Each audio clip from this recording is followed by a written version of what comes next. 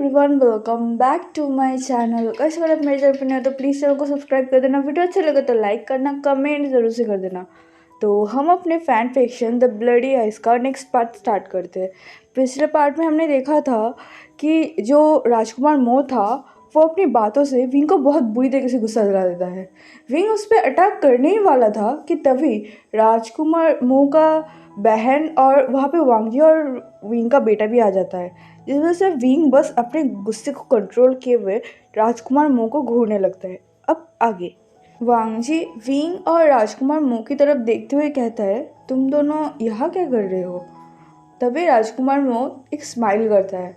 उसके फेस को देख के ही लग रहा था कि वो पेन में है, लेकिन फिर भी वो अपने हरकतों के मुताबिक एक स्माइल करते हुए कहता है, असल में मैं और राजकुमार वे हम दोनों यहाँ घूमने आए थे। मैंने ही राजकुमार वे को कहा था कि वो मुझे ये जगह घुमा दे, मैं यहाँ नया हूँ ना। और उन्होंने अपने वादे के मुताबिक मुझे हर जगह दिखाए। हम दोनों ने बहुत मज़े किए, है ना विंग? ऐसा कहते हुए वो विंग की तरफ देखकर स्माइल करता है। वो जानबूझकर विंग का बर्थ नाम लेता है, जैसे कि विंग उसकी तरफ देखे, और ऐसा ही होता है। विंग उसे घूरने लगता है। वांगजी को बिल्कुल पसंद नहीं आता राजकुमार मो को विंग को उसके बर्थ नाम से बुलाने हैं, इसीलिए वो राजकुमार मो की तरफ देखते हुए कहता है, मुझे लगता है आप दोनों थोड़े टाइम में थोड़ा ज़्यादा ही फ्रेंडली बन चुके हैं। ये सुनते राजकुमार वे हंसने लगता है। तभी राजकुमारी वहाँ पे राजकुमार मो को चुप कराते हुए कहता है, ये सब तो ठीक है, लेकिन तुम्हें चोट कैसे लगी? तुम ऐसे यहाँ पे पड़े क्यों हुए हो? क्या किसी ने तुम्हारे पर हमला किया है? ऐसा कहते हुए वो विंग की तरफ घूरने लगता है। उसे देखकर ही लग रहा था कि वो काफ़ी टेंशन में है। ये देखकर राजकुमार मो राजकुमारी के हाथ में हाथ रखते हुए कहते, शिजय मैं ठीक हूँ। और और विंग को इस तरह मत देखिए, उन्होंने कुछ नहीं किया है। वो तो मेरी मदद करने के लिए यहाँ आए थे। असल में हम दोनों बहुत मज़े कर रहे थे और गलती से मेरा पैर फिसल गया और ये मैं इस पेड़ से टकरा गया। ऐसा कहते हुए हंसते हुए अपने शिजय को कंफर्ट फील करवाने लगा ताकि वो उसके लिए चिंता ना करे। लेकिन राजकुमारी को उसके ब्रदर की बातों पर बिल्कुल भी बिलीव नहीं होता। वो थोड़ा बहुत जानता है कि उसका ब्रदर कैसा है, इसलिए वो अपनी आंखों के कोने से विंग की तरफ देख रहा था। उसके देखने के नज़रिए से देख कर लग रहा था कि वो गुस्सा तो नहीं है, लेकिन शायद वो विंग से कुछ कहना चाहती है। तभी विंग आयुन को अपनी गोद में उठाता है और वहाँ से जाने लगता है। राजकुमार मो विंग को पीछे से बुलाता ज़रूर है, लेकिन विंग उसकी बात को इग्नोर करता है और वहाँ से निकल जाता है। तभी वांगजी राजकुमार मो के पास आता है और राजकुमार मो को कस के पकड़ लेता है और राजकुमार मो को उठने में मदद करता है। विंग ने राजकुमार मो को काफ़ी ज़ोर से पुश किया था, जिस वजह से वो बहुत ज़ोर से उस पेड़ से टकराया था और उसकी गोल्डन कोड में चोट लगा था। वांगी राजकुमार मो को उठाता तो ज़रूर है, लेकिन वो इतने ज़ोर से उसकी कमर को पकड़ता है, अपने स्टमक में बहुत ज़्यादा पेन महसूस होता है।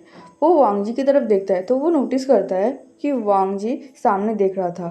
राजकुमार मो को समझ आ रहा था कि वांगजी ने शायद जानबूझकर उसे ऐसे पकड़ा हुआ है, और ये देखकर उसके फेस पर एक डार्क स्माइल आ जाता है। वो स्मिक करते हुए वांगजी की तरफ देखने लगता है। वांगजी बहुत ज़्यादा गुस्सा हो गया था, क्योंकि ये इंसान जो शायद थोड़ी देर पहले विंग से मिला है, वो विंग से उसके बर्थ नेम से बुला रहा था। एंड वांगजी ने ये भी नोटिस किया था विंग बहुत ज़्यादा गुस्से में था, तो उसके दिमाग में ये भी चल रहा था कि इस इंसान ने विंग के साथ कोई बदतमीजी तो नहीं किया ना। वो उस इंसान को फिजिशियन के पास लेके छोड़ देता है। राजकुमारी वही रहते हैं। उसके बाद वांगजी अपने जिंगशी में चला आता है। उसे विंग को भी देखना था। विंग बहुत ज़्यादा गुस्से में उधर से चला आया था। वहाँ पे कोई महसूस करे ना करे, वांगजी ने ये महसूस कर लिया था कि विंग बहुत ज़्यादा गुस्से में था, इसलिए वो जल्दी से जिंगशी की तरफ आता है। जब वो जिंगशी के बाहर पहुंचता है तो वो देखता है कि विंग जिंगशी के बाहर ही बैठा हुआ है और आयुन उससे जिंगशी के बाहर बाहर छोटे से गार्डन में खेल रहा है। आयुन अपनी हिसाब से खेल रहा था, उसे अकेले खेलने की आदत था, तो वो अकेले ही खेल रहा था। विंग बस उसे देख रहा था। वांगजी साइलेंटली विंग के पास ही जाके बैठ जाता है। विंग को महसूस हो चुका था कि वांगजी वहाँ आके बैठ चुका है, लेकिन फिर भी विंग कुछ नहीं कहता और सामने की तरफ देखने लगता है। वांगजी भी आयुन की तरफ देख रहा था। आयुन को देखते हुए उसके फेस पर एक छोटा सा स्माइल आ जाता है। वांगजी को आज की इंसिडेंट्स भी याद आ रहा था, कैसे मो विंग को इतनी क्लोजली बुला रहा था एंड वो ये भी बोल रहा था कि वो एंड विंग वहाँ पर मज़े कर रहे थे।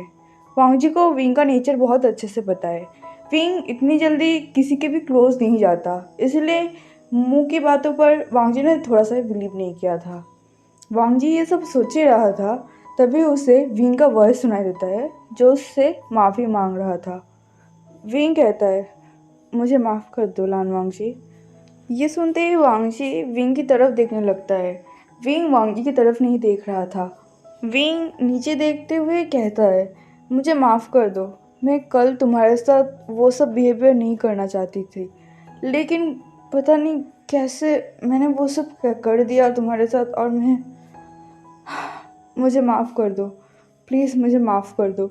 ऐसा कहते हुए वो बार बार वांग जी से माफ़ी मांगने लगा। वांग जी तुरंत ही विंग के थाइस पर अपने एक हाथ को रखते हुए कहता है, विंग मुझे पता है तुम किसी रीज़न से बहुत ज़्यादा डिस्टर्ब थे, इसी वजह से तुमने वो सब कर दिया।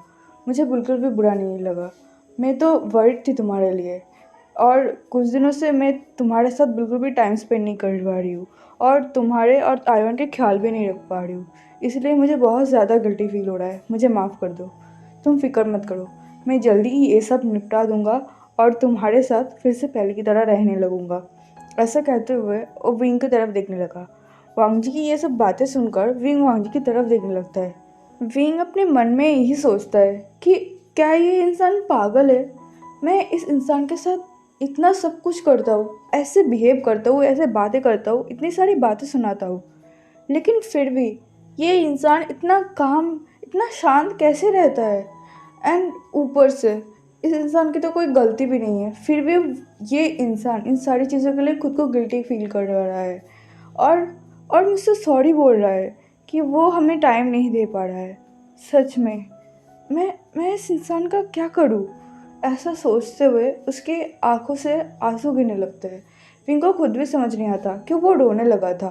विंग को बहुत ज़्यादा इमोशनल फील हो रहा था वांग जी के ऐसे बिहेवियर से।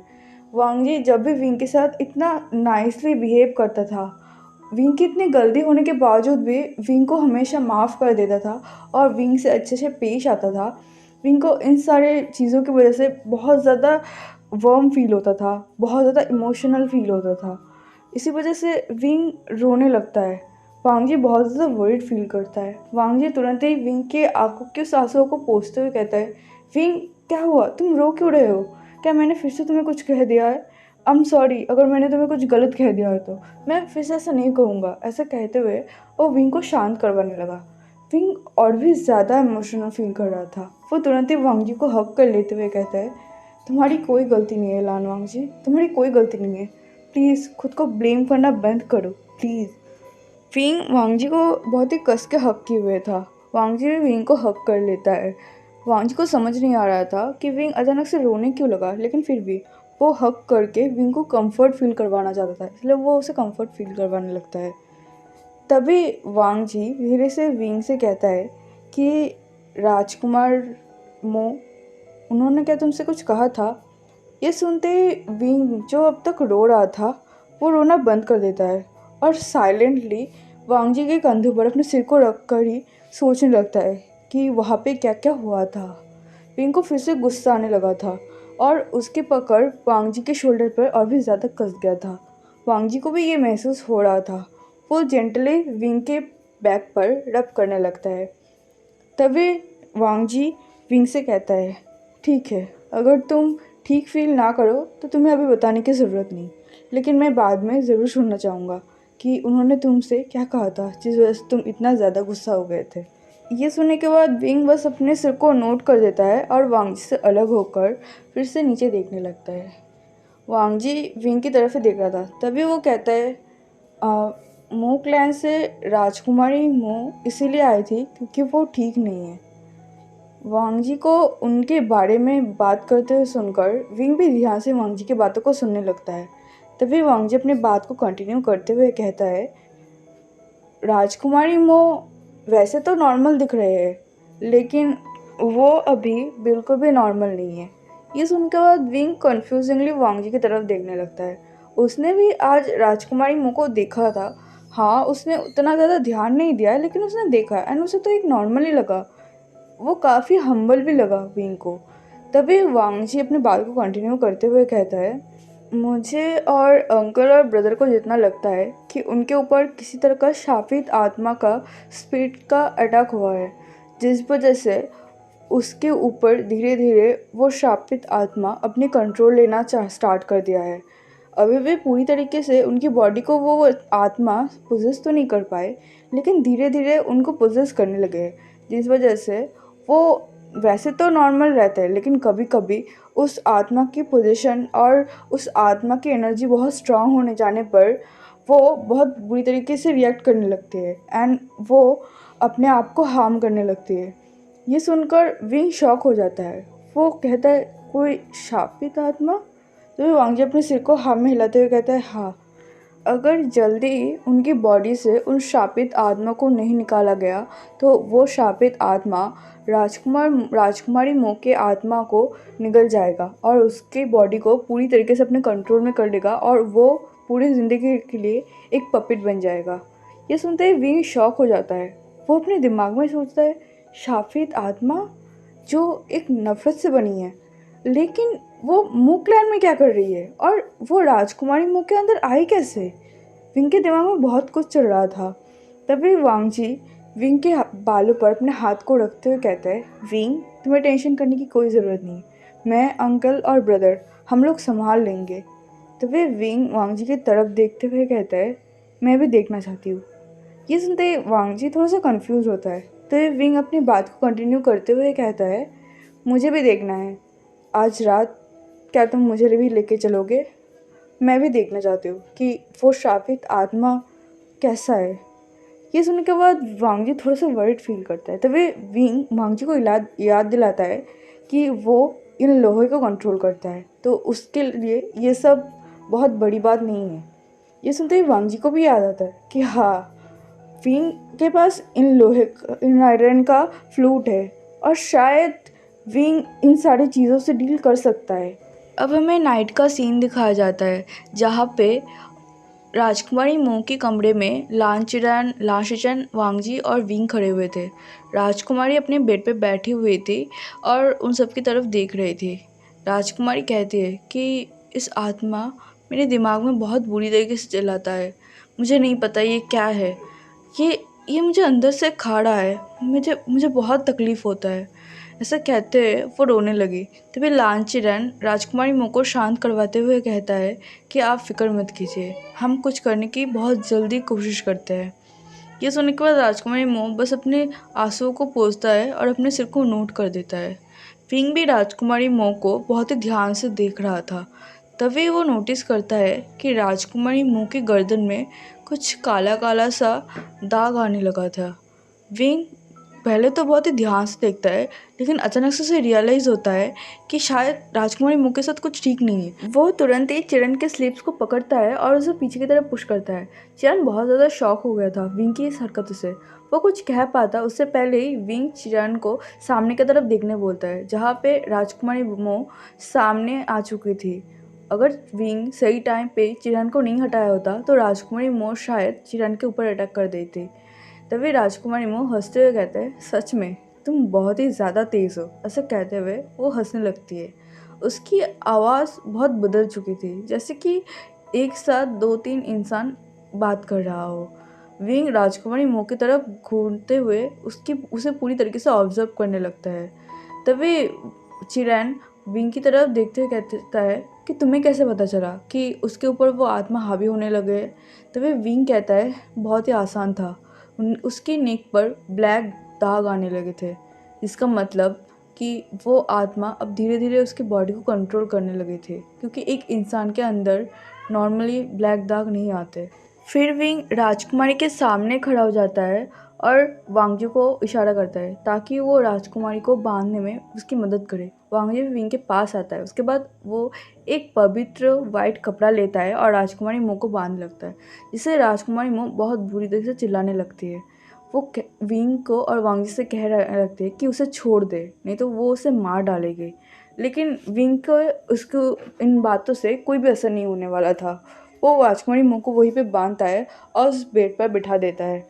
विंग राजकुमारी मो की तरफ देखते हुए कहते हैं कि कौन हो तुम, और तुमने इस लड़की की बॉडी को पोसेस करके क्यों रखा है। ये सुनते वो जो नेगेटिव स्पिरिट थे वो चिल्लाते हुए कहता है कि मेरी मर्जी, तुम होते कौन हो मुझे ये सब पूछने वाले, तुम्हारी औकात ही क्या है। ये सुनते विंग एक स्मिक करते हुए कहता है अच्छा, तुम्हें जानना है मेरी औकात क्या है। ये कहते विंग अपने दांत से अपने फिंगर पर कट लगाता है और एक स्पेल बना के राजकुमारी मो के ऊपर फेंक देता है, जिससे राजकुमारी मो को बहुत ज़्यादा जलन फील होती है अपनी बॉडी में। वो स्पिरिट बहुत ज़ोर से चिल्लाने लगता है। फिर वो विंग की तरफ देखते हुए गुस्से में विंग को कहता है कि तुम हो कौन और तुम ये सब क्या कर रहे हो मेरे ऊपर। ये सुनते विंग स्माइल करते हुए कहता है कि तुमने ही तो कहा ना मेरी औकात क्या है, तो तुम्हें तुम्हारी औकात दिखा रहा था मैं। ये कहते हुए वो अपनी फ्लूट के ऊपर अपने हाथ को रखता है और उसे अपने सामने आ जाता है। वो जब अपने हाथ में चेंजिंग को लेता है तभी वो जो नेगेटिव एनर्जी से बना हुआ स्पिरिट राजकुमारी मो के अंदर थी वो घबरा जाता है। वो हैरानी से विंग की तरफ देखते हुए कहता है तु, तुम कौन हो, और ये फ्लूट तो। ये कहते हुए वो हकलाने लगा था। विंग को उसके रिएक्शन बहुत ज़्यादा अच्छा लग रहा था। वो स्माइल करते हुए कहता है क्या हुआ, तुम मुझे और कुछ नहीं कहने वाले। ये सुनते ही वो बहुत ज़्यादा घबरा जाता है। वो विंग की तरफ देखता है और फिर एक स्माइल करते हुए कहता है अच्छा, मतलब हमने सही सुना था, तुम वही पर्सन हो ना जो सारे नेगेटिव एनर्जी को कंट्रोल करते हो। यह सुनते ही विंग जो उस पर्सन की तरफ देखता है वो सोचता है इस पर्सन को इस सब के बारे में कैसे पता, ये तो एक नेगेटिव स्पिरिट है ना। तो विंग को कुछ रियलाइज़ होता है, वो पूरी तरीके से शॉक हो जाता है। वांगजी विंग का हर एक रिएक्शन देख रहा था। वांगजी को समझ नहीं आता कि विंग के ऐसे रिएक्शन का मतलब क्या है। तभी विंग अपने फ्लूट को बजाने लगता है। विंग की चैंचिंग प्ले करते ही वो आत्मा अपनी पूरी ताकत से खुद को बचाने की कोशिश करता है। वो तुरंत ही जो वाइट रोब से उसे बांधा गया था उसे तोड़ देता है, जिससे वांगजी शॉक हो जाता है। उसे लगा नहीं था कि ये नेगेटिव आत्मा इस पवित्र वाइट रोब को तोड़ सकता है, लेकिन वो ऑलरेडी टूट चुका था। वो स्पिरिट विंग के ऊपर बार बार अटैक करने की कोशिश कर रहा था, लेकिन विंग की चेंचिंग की आवाज़ की वजह से वो नहीं कर पा रहा था। धीरे धीरे वहाँ पे ब्लैक स्मोक इकट्ठा होने लगे थे और जो उस स्पिरिट को पूरी तरीके से घेर लिया था। वो स्पिरिट चिल्लाते हुए विंग से कहता है कि तुम मेरे साथ ऐसा नहीं कर सकते, तुम्हें ये पावर इसलिए दिया गया है कि ताकि तुम हमारी मदद कर सको, लेकिन तुम तो यहाँ इन सारे नॉर्मल इंसानों की मदद कर रहे हो जो बेबस बस हमारे सामने गिड़गिड़ाते हैं। ये सुनते ही विंग को और भी ज़्यादा गुस्सा हो जाता है। वो और भी स्ट्रांगली चेंचिंग को प्ले करने लगता है। वो आत्मा बहुत ज़ोर से चिल्ला रहा था। तभी वो चिल्लाते हुए कहता है मो क्लैन तुम्हारे लिए ठीक नहीं है, तुम्हें भी पता है इस क्लैन के इंसान कैसे है और वो तुम्हारे साथ कैसे बिहेव करता है, फिर भी तुम इनकी मदद कर रहे हो। सच में तुम इतना बड़ा बेवकूफ़ कैसे हो सकते हो, तुम तो इस पावर की हकदार ही नहीं हो। ऐसा कहते हुए वो चिल्लाते हुए राजकुमारी मुंह के शरीर से बाहर निकल जाता है। विंग सब कुछ सुन रहा था एंड वहाँ पे मौजूद सारे लोग भी सब कुछ सुन रहे थे। विंग को बहुत ज़्यादा गुस्सा आ रहा था। जब वो आत्मा वहाँ से बाहर निकल जाता है और धीरे धीरे वो ब्लैक स्मोक उस आत्मा को निगल कर वहाँ से जाने लगते हैं, विंग अपने फ्लूट को नीचे उतरता है और वो वहीं पे घुटनों पे बैठ जाता है। उसने अपनी बहुत सारी आत्मिक एनर्जी यूज़ कर लिया था, जिस वजह से वो काफ़ी कमज़ोर फील कर रहा था। वांगजी तुरंत ही विंग को पकड़ लेता है ताकि विंग ज़मीन पर पूरी तरीके से गिर न जाए। राजकुमारी मो भी बेहोश हो चुकी थी और शिचन ने राजकुमारी मो को पकड़ लिया था। लान शिचन विंग की तरफ देखते हुए कहता है मास्टर वे, आप ठीक तो है ना। ये सुनने के बाद विंग अपने सिर को नोट कर देता है। उसके बाद लान शिचन राजकुमारी मो को जगाने की कोशिश करता है। तभी विंग कहता है वो ठीक है, वो बस कमज़ोरी की वजह से बेहोश हो चुके हैं, वो नेगेटिव एनर्जी उनके शरीर से बाहर निकल चुका है। ये सुनते ही लान चिरन विंग की तरफ देखने लगता है। लान चिरन को बिल्कुल भी नहीं लगा था कि विंग उनकी मदद कर पाएगा और वो इस नेगेटिव एनर्जी को हटाने में उन लोगों की मदद कर पाएगा। वो काफ़ी ज़्यादा शॉक थे विंग अभी जो कुछ भी हुआ था यहाँ वो सब देखकर। लांशिचन राजकुमारी मो को वही लिटा देता है। फिर विंग कहता है कि अभी उन्हें आराम करने देना चाहिए। जब वो उठ जाएंगे तब मैं एक बार आकर उन्हें चेक कर जाऊंगा। ऐसा कहते हुए वो उठने की कोशिश करता है। वांग जी भी विंग को उठाने में मदद करता है, लेकिन विंग का पैर बहुत ज़्यादा कमज़ोर पड़ चुका था। इसीलिए वांग जी विंग को अपनी गोद में उठा लेता है, जो देखकर विंग को थोड़ा सा एम्बेरस फील होता है। वो वांग जी को कहता है कि वो उसे उतार दे, वो चल सकता है, लेकिन वांग जी बिल्कुल भी उसे नहीं उतारता। ये सब देखकर लान चिरन को भी थोड़ा सा एम्बेरस फील होता है। वो थोड़ा सा अपने गले को साफ करते हुए कहता है, ठीक है, तुम लोग अपने अपने कमरे में जाओ, कल जो कुछ भी हुआ वो सब लिखकर बात होगा। ऐसा कहते हुए वो वहाँ से निकल जाता है और अपने कमरे में चला जाता है। लान शिजन भी थोड़ा सा स्माइल करते हुए कहता है, वांग जी तुम मास्टर वे को लेकर जिंगशी में जाओ, मैं बाहर कुछ गार्ड्स को रखकर अपने कमरे में चला जाऊंगा। ये सुनने के बाद वांग जी अपने सिर को नोट करता है और अपने ब्रदर को प्रणाम करके वहाँ से निकल जाता है। विंग बहुत ही बुरी तरीके से ब्लश करने लगा था। उसका पूरा फेस रेड हो चुका था एंड उसका नेक भी रेड हो चुका था। वो वांग जी की तरफ ना देखते हुए कहता है, तुमने ऐसा क्यों किया? वहाँ पे तुम्हारे अंकल भी थे, वो क्या सोचेंगे? ये सुनने के बाद वांग जी कहता है, जो सोचना है सोचने दो, हम लोग मैरिड है। ये सुनते ही विंग वांग जी की तरफ देखता है और एक शाई करके सामने देखने लगता है। है एवरीवन, मैं अपने पार्ट को ही रोकती हूँ। आई होप आपको ये फैन फिक्शन अच्छा लगा। अच्छा लगा तो प्लीज़ लाइक करना, कमेंट के थ्रू मुझे ज़रूर बताना कि आपको ये फैन फिक्शन कैसा लग रहा है। मिलते हैं नेक्स्ट पार्ट में, तब तक के लिए बाय बाय।